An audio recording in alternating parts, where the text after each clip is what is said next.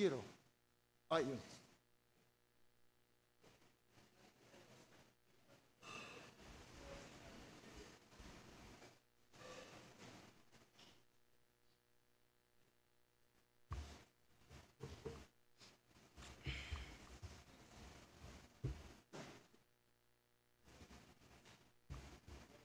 Hey, good morning po sa bawat isa sa atin. At siguro po bago po tayo magsimula, I would like to make a confession. No?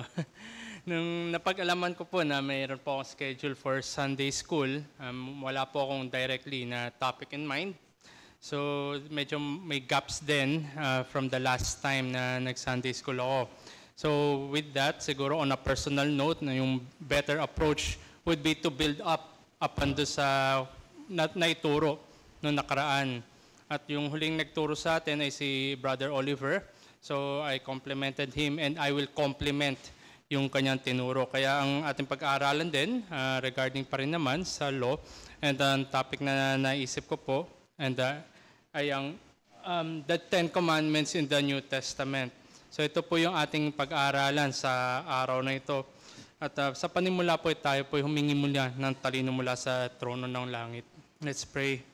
Our dear Heavenly Father, we ask for your grace, for the wisdom and knowledge to open our eyes, our hearts, and our ears for to your word, and help us, O God, to truly see the majesty that indeed it is you who alone ordains all things. So help us, help our feeble minds and weak souls to be strengthened by your word. In Christ's name, amen. Okay. Sige po. Konting recall lang rin muna na turo rin ni Brother Charles recently rin, no, yung will of God. So titingnan natin yung decree of God naman. Sabi ng ating Confession of Faith sa chapter 3, paragraphs 1 and 3.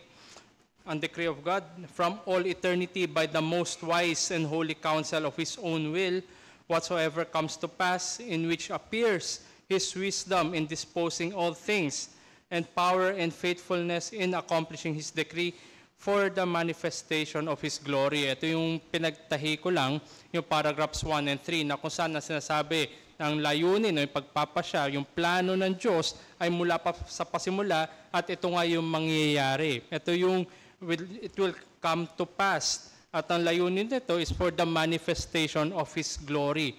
Para makita, ma-publish, ma-establish at makita rin ng bawat isa yung pagluluwalhati, yung kanyang glory, yung kanyang majesty. At kasama dito sa decree of God ay yung election and redemption, yung kanyang pagpipili at pagtubos ng mga makasalanan. These are included in the decree of God. So ito yung kanyang plano mula pa sa pasimula. At in conjunction with the decree of God, sa Kitch Catechism, yung ating tinuturo sa mga bata, sa question 12, ang tanong doon, how does God execute His decrees? So naroon na yung plano ng Diyos, paano naman i-execute yung plano na iyon?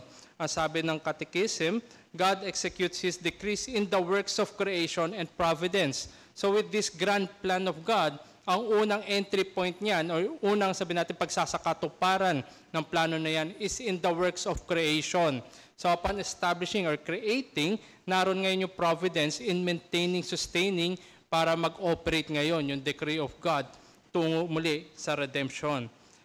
So bago tayo pumunta sa topic natin mismo, so bakit ko binabanggit ang decree of God, saka ang how does God execute His decrees, napakahalaga that we have a right understanding of the starting point. Sabi nga ni Dr. Tom Ascol, misunderstand God's work at the beginning and you will not fully appreciate what He has done since. So pag meron tayo sabi natin faulty or lacking or may mga pagkukulang, hindi natin naunawa na maayos, yung umpisa in the beginning, the creation, lahat ng susunod ay magkakaroon rin ng impact doon hanggang sabi natin sa huli. So a little turn here or little misconception or kulang, lacking of understanding would give us a deficient appreciation of God's decrees. So with this, we will now jump to our topic in mind.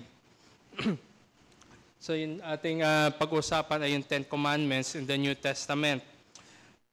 So basically, pag sinabing Ten Commandments, ibinigay ito, no, yung, at least in its physical form, doon kay Moses sa Sinai. So ito ay kasama doon sa tinatawag na Mosaic Law. So when we would be seeing Mosaic Law, in the contemporary setup natin, sa panahon natin ngayon, paano ba tinatanaw itong Mosaic Law? There are various scholarly interpretations, pero I would just give 5 muna. So first, we are still under the Mosaic Law, including its moral and ceremonial aspect. So hindi lamang yung moral aspect ng Mosaic Law, but also yung ceremonial. Ito yung mga Seventh-day Adventists na kung saan sila yung Sabbatarians, yung tuwing Sabado, yung kanilang worship. Then, second interpretation, we are no longer under the curse of the Mosaic Law. Prosperity gospel naman, it leans towards do sa blessings lang, yung pagpapala lang ang meron sa atin. Kung ikaw nga ay nakay Kristo, ito yung kanilang pananaw. At the manifestation yan is through the physical blessings. And also, yung sa dispensational camp naman, we are not under the Mosaic Law at all, given that we are now under a different dispensation. Iba na yung dealing ng Diyos sa dispensation o sa time na ito. So ito yung sa dispensationalism. And fourth, we are still under the moral law, referring to the Ten Commandments. Nagpapatuloy pa rin siya. Although part siya, subset siya ng Mosaic Law, the Ten Commandments still abides. And last, yung fifth, bale itong dalawa, yung fourth and fifth ang tatalakayin natin. Today, we must only observe the law of Christ. Ito yung New Covenant theology na tinatawag, na wala na yung Mosaic Law, kasama doon yung Ten Commandments, but we only observe the law of Christ. Ito yung para sa mga kapatiran natin that adheres to the New Covenant theology position. So like I said, ang tatalakayin natin ay interpretations 4 and 5. Yan, sige, yung 4 and 5. So Reformed or Covenant theology, saka yung New Covenant theology. So simulan natin muna dito sa tinatawag na New Covenant theology. Tandaan natin na ang sa kanilang pananaw, wala na. Hindi na kailangan i-observe yung buong Mosaic Law, ang kailangan na lamang ay yung Law of Christ. So New Covenant theology or NCT, it is somewhat difficult to properly define. Mahirap i-define kung ano ba talaga yung pinaninindigan nila. For several reasons. Number one, it is not a monolithic movement. Hindi siya yung merong isang standard lang, isang definition lang, isa lang na i-adhere ng bawat adherents ng NCT. Dahil wala silang fixed or written standard between them, ay mahirap nga i-properly define. Pero majority of them agrees on majority of the points. And number two, it is relatively new school of thought. Medyo bago-bago pa lamang. At sa katunayan yan ay mas matanda pa ang SGC kaysa do sa NCT na school of thought na ito. Much in print, yes, maraming materials patungkol sa NCT, but not definitive. Wala doon yung one rule, one thing to rule them all. But ang gist dito sa NCT, it is a Christian theological position teaching that the person and work of Jesus Christ is the central focus of the Bible. So kung titake natin yung pinaka-gist niya, we would agree to a point. Totoo naman, in some ways. Pero kung hinukay pa natin na mas malalim, one distinctive result of this, itong NCT position, is that the Old Testament laws have been abrogated or canceled with Jesus' crucifixion and replaced with the law of Christ of the New Covenant. So ito, abrogated daw yung Old Testament laws, totally canceled. At ang kukunin na nga lang dito ay yung law of Christ of the New Covenant. Bakit ganito yung kanilang pananaw? Because New Covenant theology or NCT sees the Mosaic Law as a whole, isang buo yung Mosaic Law. Whereas na turo rin sa atin ni Brother Oliver sa Reformed or Covenantal view, naroon sa Mosaic Law yung moral, ceremonial, and the civil. But for NCT, isang buo yan, walang distinction. So NCT sees the Mosaic Law as a whole and is a unity. So if part of it is canceled, all of it must be canceled. Dahil nga yan ay isa lang, isang walang distinction. So the point being is that instead of being under the moral aspect of the Mosaic Law, Ulitin natin, merong moral, ceremonial, and civil. Instead of being under the moral aspect of the Mosaic Law as summarized in the Ten Commandments, the NCT takes the position that we are now under the law of Christ. Kung ano lang yung tinuturo ni Kristo sa bagong tipan, yun na lang yung magpapatuloy. And the law of Christ would be those prescriptions that Christ specifically stated in the Gospels. And in other words, the entire Mosaic economy has been set aside in NCT. It no longer applies in any way to Christians. So hindi daw ito prescriptive sa mga mananampalataya, ang meron lang dapat ay yung law of Christ. So siguro for illustration, ayun, okay. So, okay, the old covenant is obsolete, including the moral aspect of the Mosaic law, and replaced with the new covenant. Okay, kasama na yan yung morality. Sige. Scripture na ginagamit nila ay yung 1 Corinthians chapter 9 verse 21. Actually, isa sa mga scriptures na they are prominently propagating na ganito daw yung understanding. Sabi sa 1 Corinthians chapter 9 verse 21, to those outside the law, I became as one outside the law, not being outside the law of God, but under the law of Christ, that I might win those outside the law. So ito dahil dito, outside of the law daw si Paul, at naroon daw siya sa law of Christ. So therefore, ang law of Christ lamang dapat daw yung susundin dito sa panahon ng bagong tipan, especially now for Christians in the contemporary. Ayan, okay. So yung Mosaic law natin, ang pananaw natin bilang Reformed, merong moral, ceremonial, and civil, pero dahil nga grouped as one lang sa kanila, walang distinction.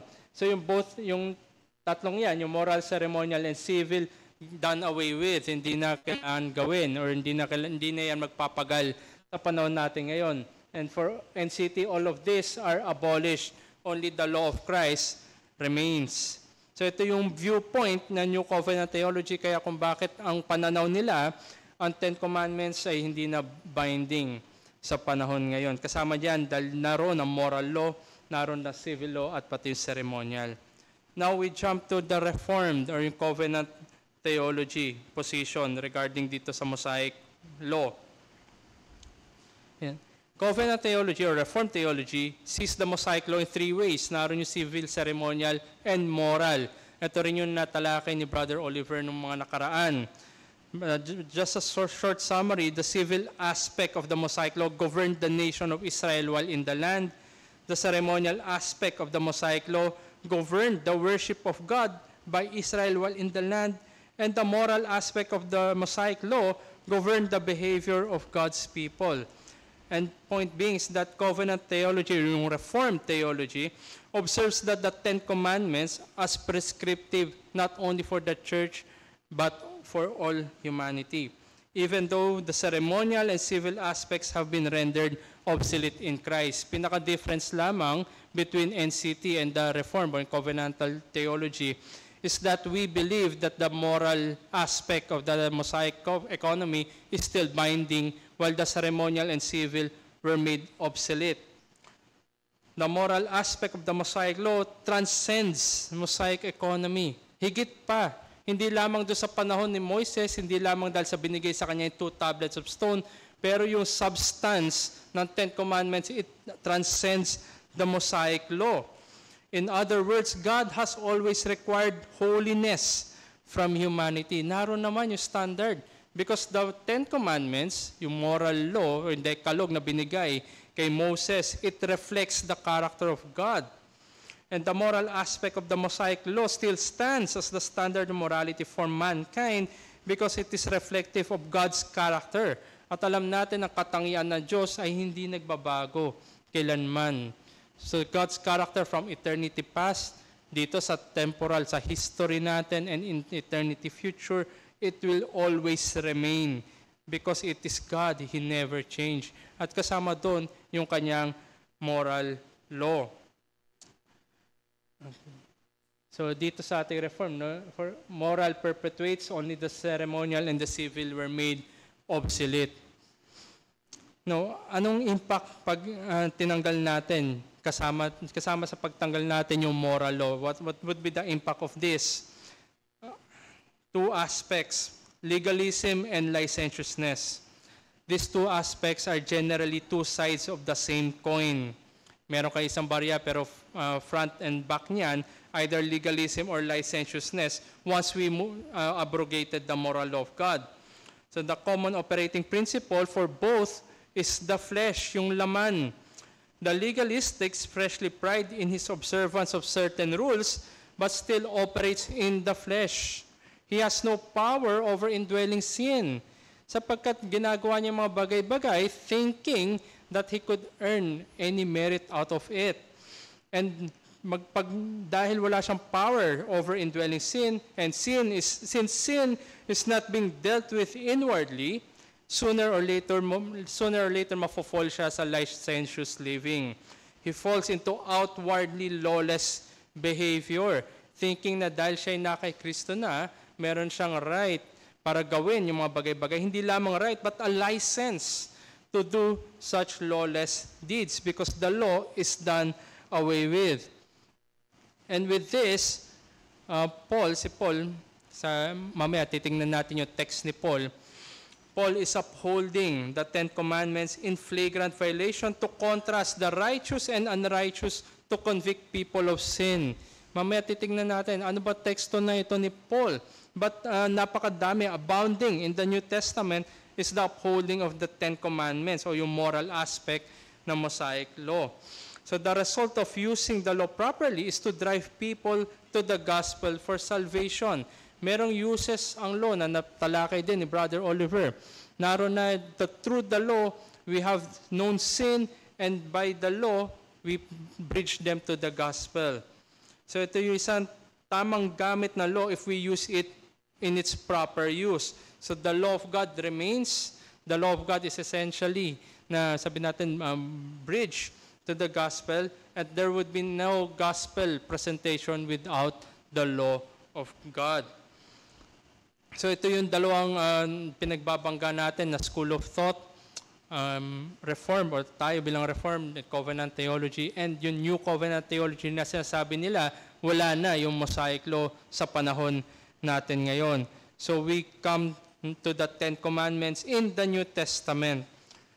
One issue lamang dito, by far the biggest difference between NCT and Covenant Theology is how each views the Mosaic Law, and specifically, the issue boils down to the morally binding stance of the fourth commandment, yung Sabbath.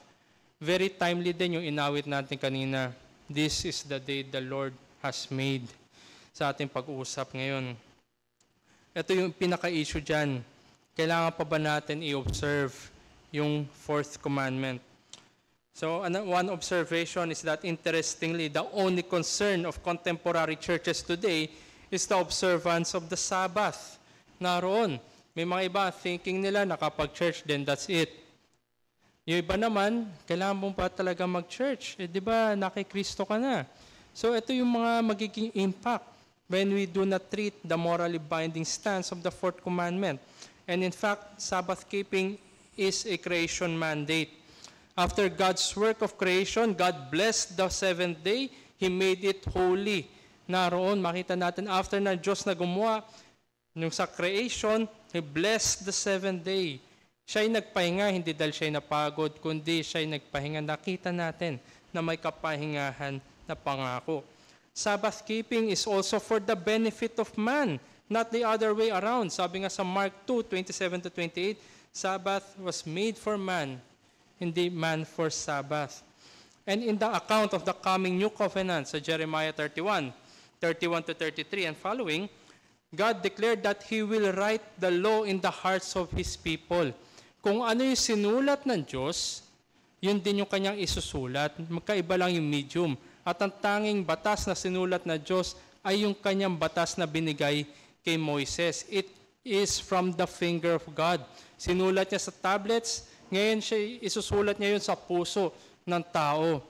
Pinagkaiba lang yung pinagsulatan, pero yung sinulat, it still remains the same. So what God wrote in the tablets of stone given to Moses is that He will write those same laws in the hearts of the people.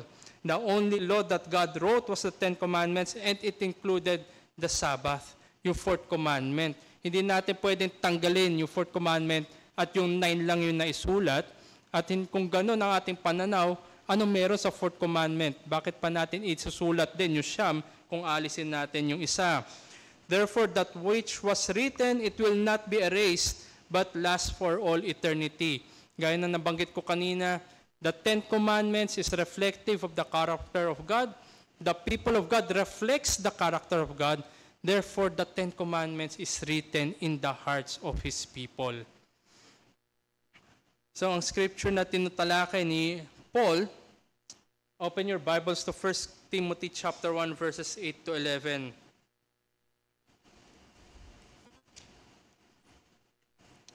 1 Timothy chapter 1, verse 8 to 11. Basahin ko lang verses 8 to 11. Now we know that the law is good if one uses it lawfully, understanding this, that the law is not laid down for the just, but for the lawless and disobedient, for the ungodly and sinners, for the unholy and profane, for those who strike their fathers and mothers, for murderers, the sexually immoral, men who practice homosexuality, enslavers, liars, perjurers, and whatever else is contrary to sound doctrine, in accordance with the gospel of the glory of the blessed God, with which I have been entrusted. Ito yung text na titingnan natin sa time na ito. 1 Timothy chapter 1, verses 8 to 11.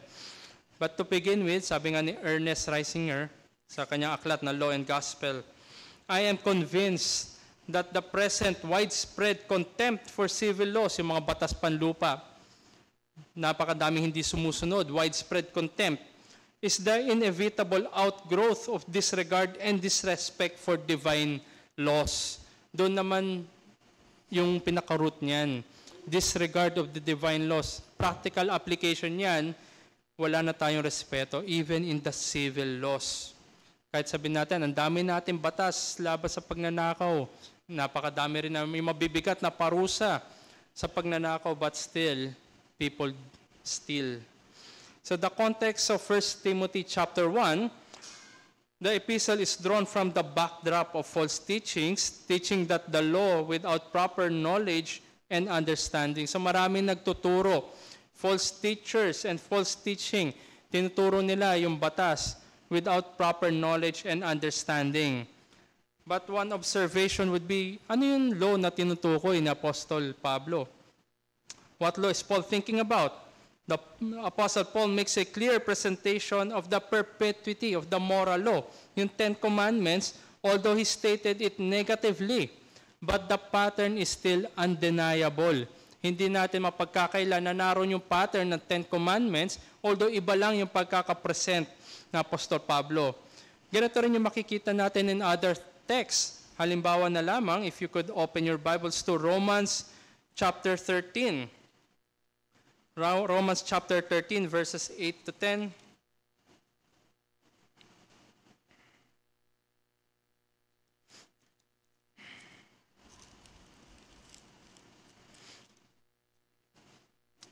Verses 8 to 10.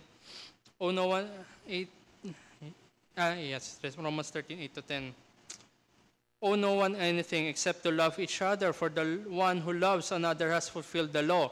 For the commandments, you shall not commit adultery, you shall not murder, you shall not steal, you shall not covet, and any other commandment are summed up in this word, you shall love your neighbor as yourself.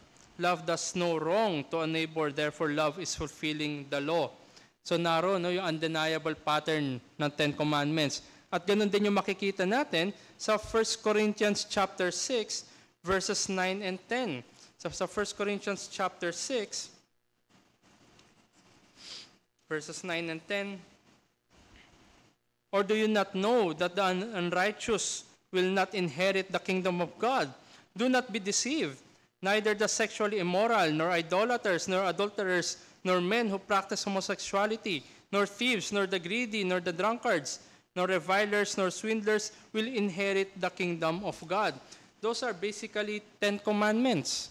Hindi natin mapagkakaila dahil yung substance na sinulat ni Paul, iba man yung pattern, is reflective of the Ten Commandments. So now, going back dun sa ating text of concern, dito sa 1 Timothy chapter 1, verses 8 to 11, and in order for the law to accomplish its proper intent, it must be used lawfully, the way our Creator intended it to be used. Kanino ba galing ang mga batas na ito? Ito yung mula sa Diyos. At siya rin yung nagdidikta kung paano dapat ito gamitin lawfully. So kung hihimayin natin yung mga tinalakay dito ni Apostol Pablo, mas madaling makita, outright, evident, yung sa second tablet, yung commandments 5 and following. Pero let's begin. Lawless and disobedient. First commandment sa Exodus 20, you shall have no other gods. Once you disregard the first commandment, you are lawless at hindi mo sinusunod yung utos ng Diyos. Disobedient. Commandment number 2, you shall not make yourself for a carved image. Once you made a carved image, substitute or in place of God, you become ungodly. At kung titignan natin paano yung pagkakagamit na sinners, predominant use niya sa lumang tipan, those are yung nag-worship ng other gods, making for themselves carved image. Pero tandaan natin, by implication, yung rule number 1 or law number 1 was already broken. Third, you shall not take the name of the Lord your God in vain. Ano yung pangalan ng Diyos? There was only one attribute na inulit-ulit. Thrice mentioned, holy, holy, holy is the name of the Lord. Once you take the name of the Lord in vain, you are unholy. Fourth commandment, remember the Sabbath to keep it holy.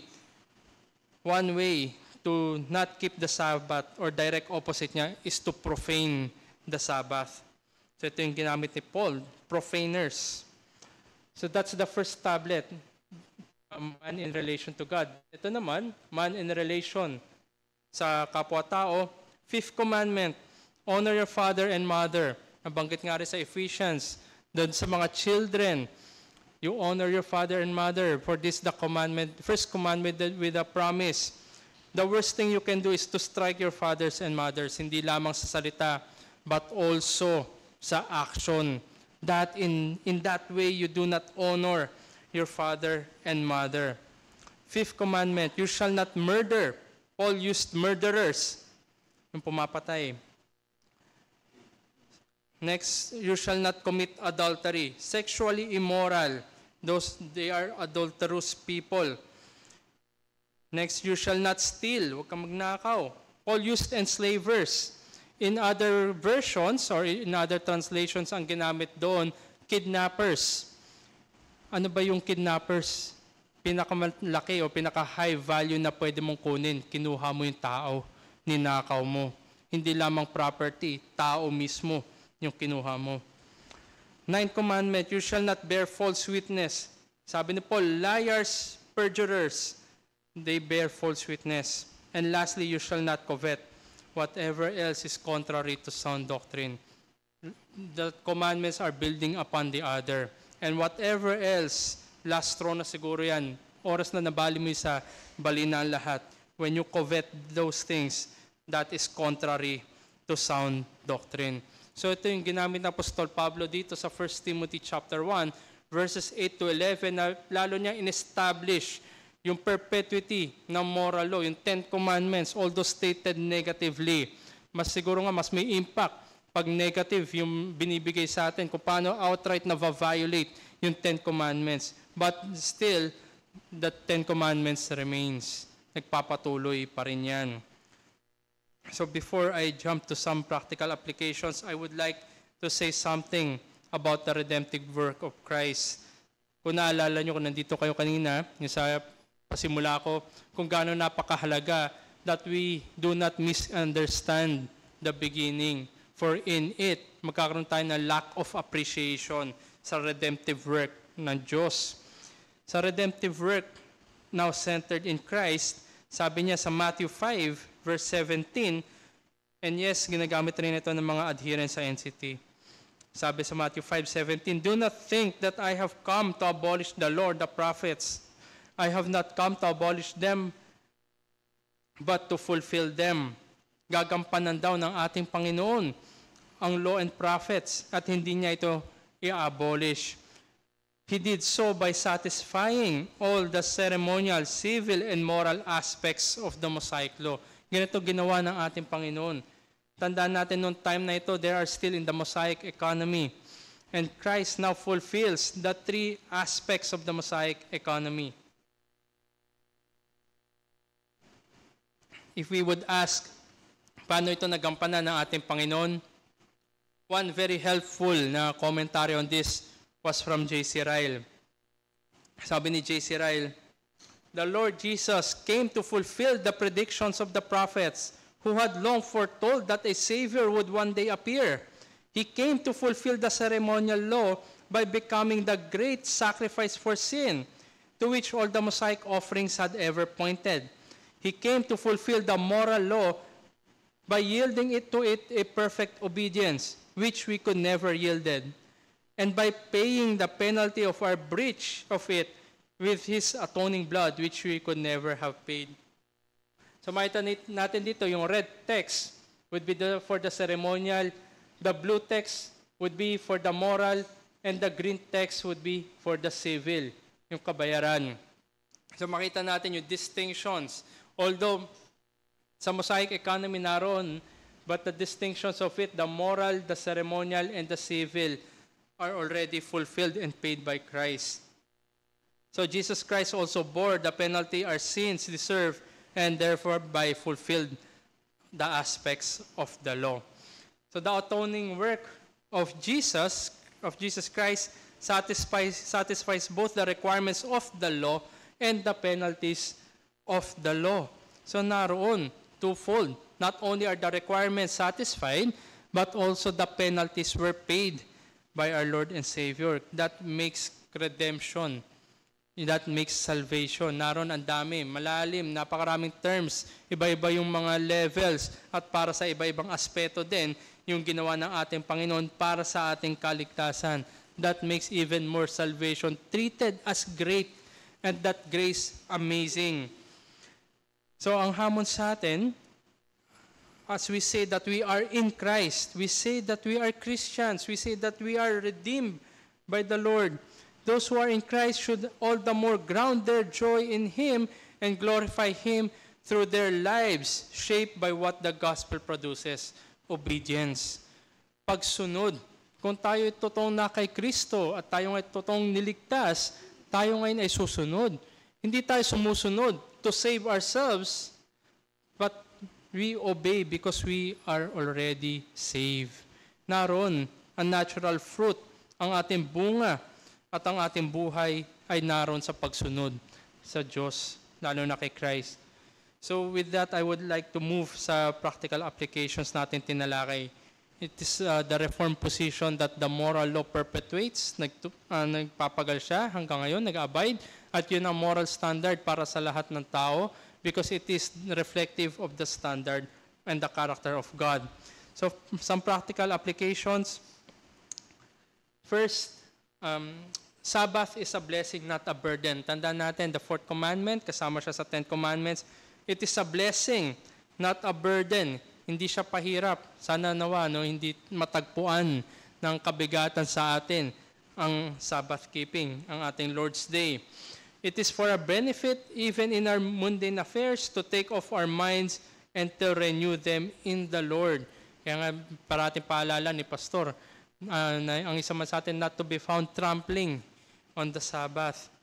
It is a time for us to focus, to be re-energized. Nakita natin nawa yung blessings, fellowship, yung Word of God, yung singing of hymns, yung pagpapatibay, yung one anothering natin. It should be treated and seen as a blessing, not and never a burden. And secondly, there remains a Sabbath rest. Kung maalala natin na continuous reading, si Kuya Rolly sa Hebrews chapter 3, Hebrews chapter 4, chapter 8, chapter 9, there remains a Sabbath rest. So we look forward to that eternal Sabbath with the Lord. Therefore, make it a delight as we gather for the Lord's Day to praise God, thank God, commune with Him, hear the preaching of His Word, and fellowship with the saints. Naroon, hindi lamang yan joy, hindi lamang yan blessing, hindi dapat yan makitang burden, but more so it is reflective. Yung ating Lord's Day, yan ay patikim. It is reflective of that eternal Sabbath with the Lord. And third, Sabbath is a means of grace. Ito ay kasangkapan ng biyaya na nagpapatibay sa mga mananampalataya. It is for our growth, our sanctification, and our joy. Our attitude now will reflect how we treat God. And if His laws were really written in our hearts, we cannot skip the fourth commandment and praise God for His mercy and grace. Isipin na lamang natin bilang mga mananampalataya, yes, we praise God, we sing hymns. Kagaya na lamang ng unang hymn natin, this is the day the Lord has made. Kaya ba talaga natin sabihin with all sincerity, honesty, praising God face to face kung ang Sabat pala ay pabigat sa atin? We cannot. So ito yung tatlo na naway ma-encourage tayo, ma-exhort tayo. Sabbath is a blessing, not a burden. There remains a Sabbath rest. And Sabbath is a means of grace for our growth, sanctification, and our joy. A parting lesson for us is that we must keep in mind the holiness of God. Kabanalan ng Diyos, yan yung kanyang character, reflective in the Ten Commandments. We must not lose sight of the Creator-creature relationship. Tayo ginawa sa wangis ng Diyos, at ang batas ng Diyos ay kasama sa paggawa sa atin. It is also can be seen in the light of nature.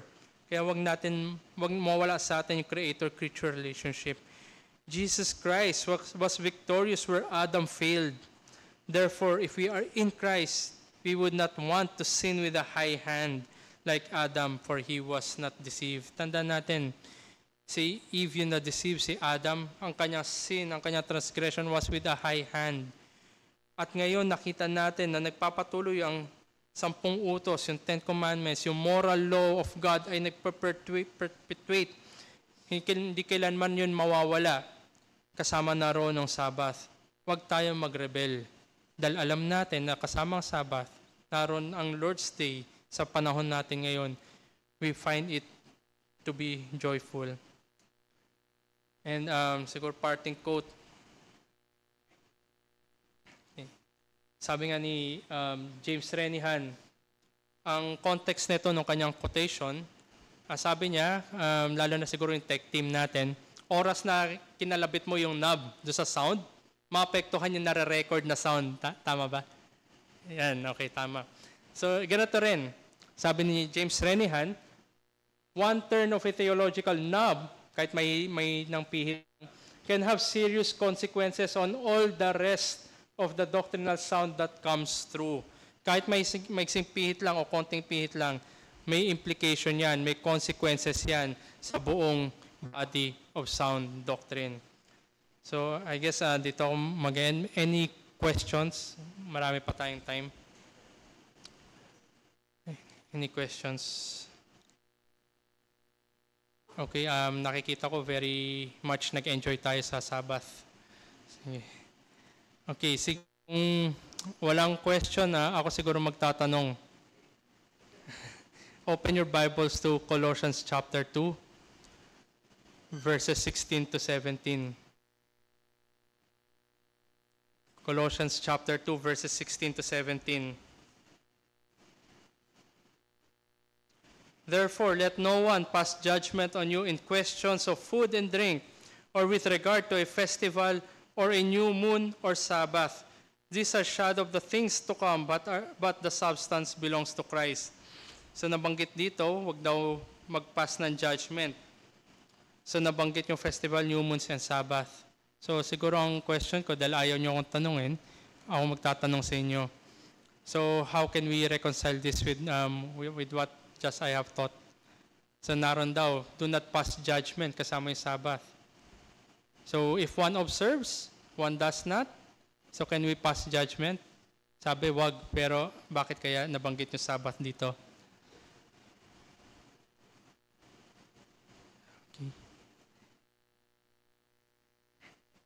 Okay.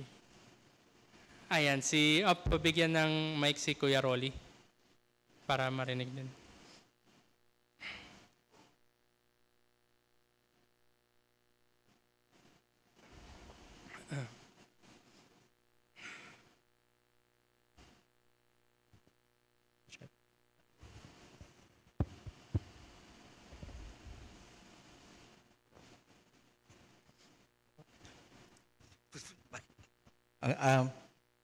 What is being stated in Ay, Kuya Rolly, palapit yung mic. di ba ito ay ceremonial, so dapat we do not pass judgment on those person. Ceremonial, referring this to a ceremonial law, yung food and ba yan? And festivals, moon. Yes, yung... Ceremonial ito, di ba? How about the Sabbath po?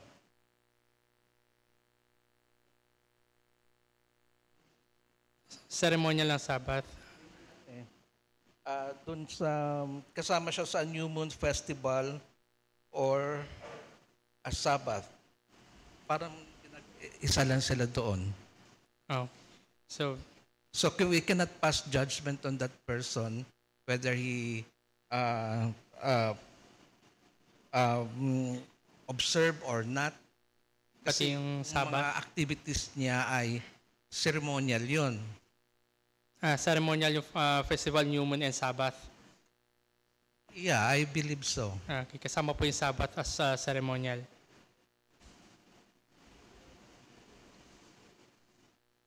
Kasi nakalagay siya sa festival, New Moon, or Sabbath. So, they are one as ceremonial. Including the Sabbath po? Although nabanggit po nasa moral aspect siya. Yeah, I also believe that. Kaya kasi binanggit niya yung ibang ano dun mga activities or yung sa festivals. Okay po.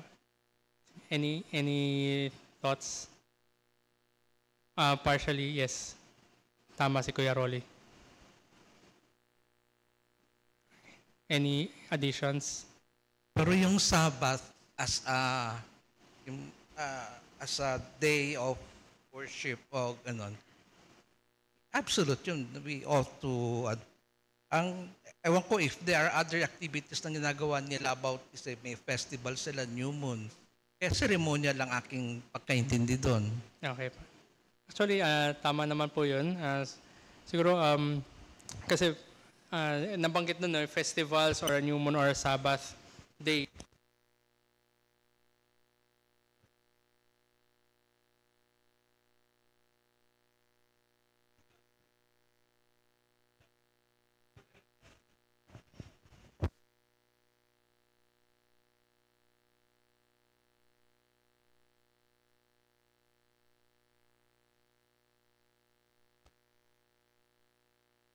Okay lang.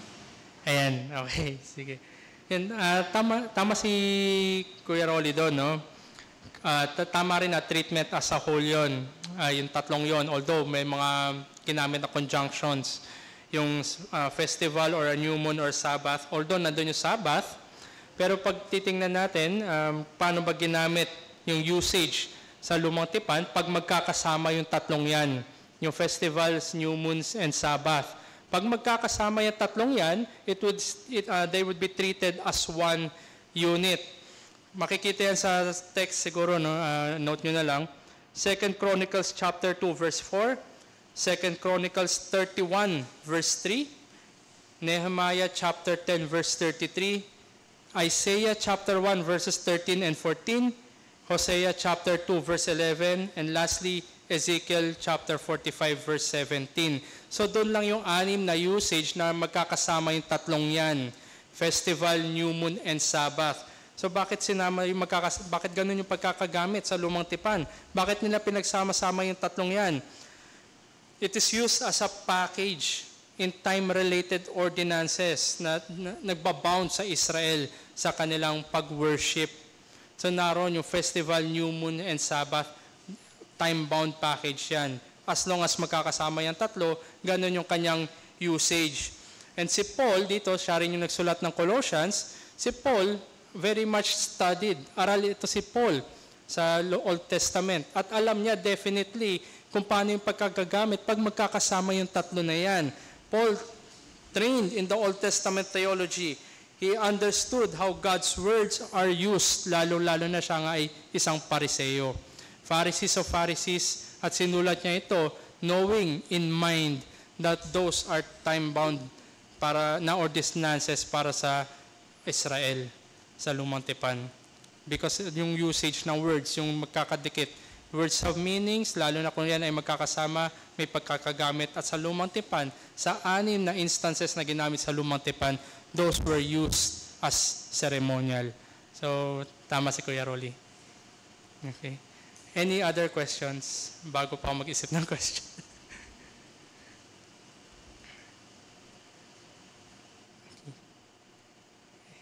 Any question?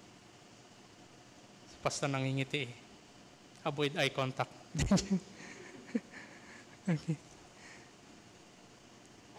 Ay, sige. Pabigyan ng mic si Pastor.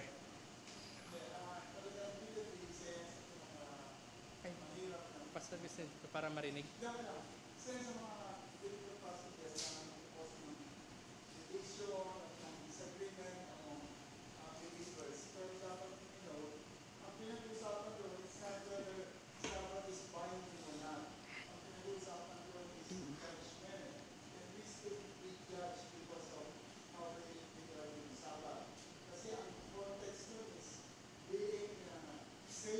In Christ.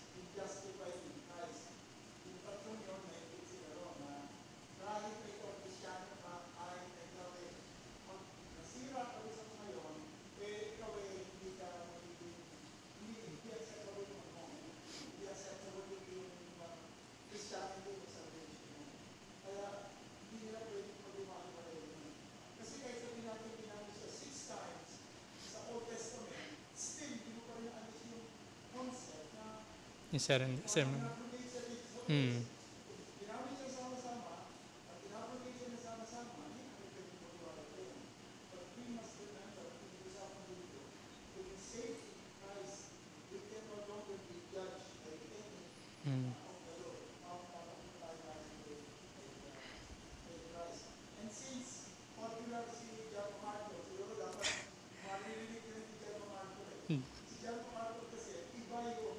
Treatment niya na ano.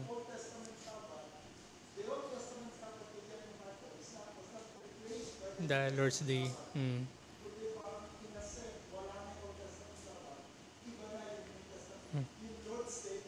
It's not Sabbath. Stemming from dun sa dispensationalism ni John MacArthur. Ayan, kasama sa kanina yung various scholarly application. Pero hindi ko na lang tatalakayin, medyo madugo yun. Sige, thank you, Pastor.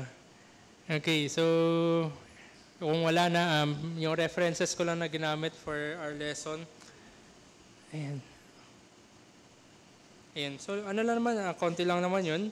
Getting the Garden Right ni Richard Barcelius, isa siyang libro addressing the NCT. Written in stone by Philip Ryken. Expository Thoughts on Matthew ni J.C. Ryle. Law and the Gospel ni Reisinger. Yung Stone to Heart sermon ni Nae. Tapos meron din Baptist Covenant Theology Lesson 5. Tinatalakay ni James Renihan yung NCT. Available ito sa Founders Ministries. Meron rin naman yung buong lesson na yan sa YouTube. So yan yung ginamit ko for our lesson this morning. Ay, sige, Pastor.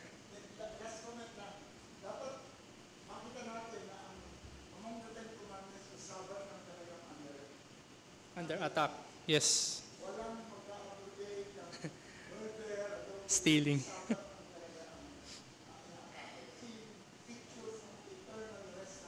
Yes.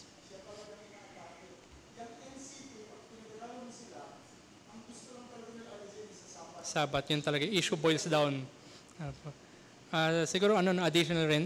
Some theologians na maring ma-encounter kayo na adherent sila na NCT, Tom Wells, Stephen Wellum, so sila yung progressive covenantalism, si Ted Sespel, and yung bakit ganun yung interpretation nila ng Sabbath, dahil din sa interpretation ni D.A. Carson. Pero si D.A. Carson, not definitive yung kanyang NCT, pero meron lang shape, pero more aligned siya sa reform. Okay. Yes, Brother Roden.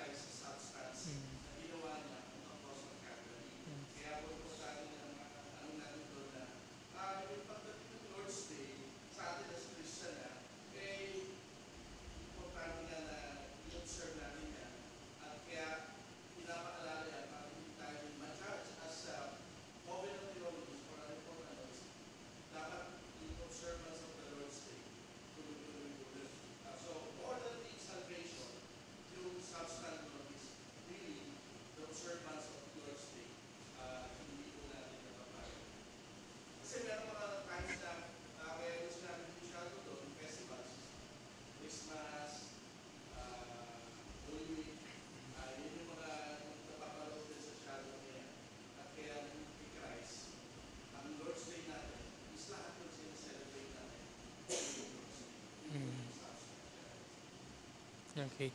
So, siguro kung may magtatanong, no, yung kaya naman nabanggit ni Pastor, no, yung Sabbath, paano na-transpose into the Lord's Day, siguro I leave it to Sunday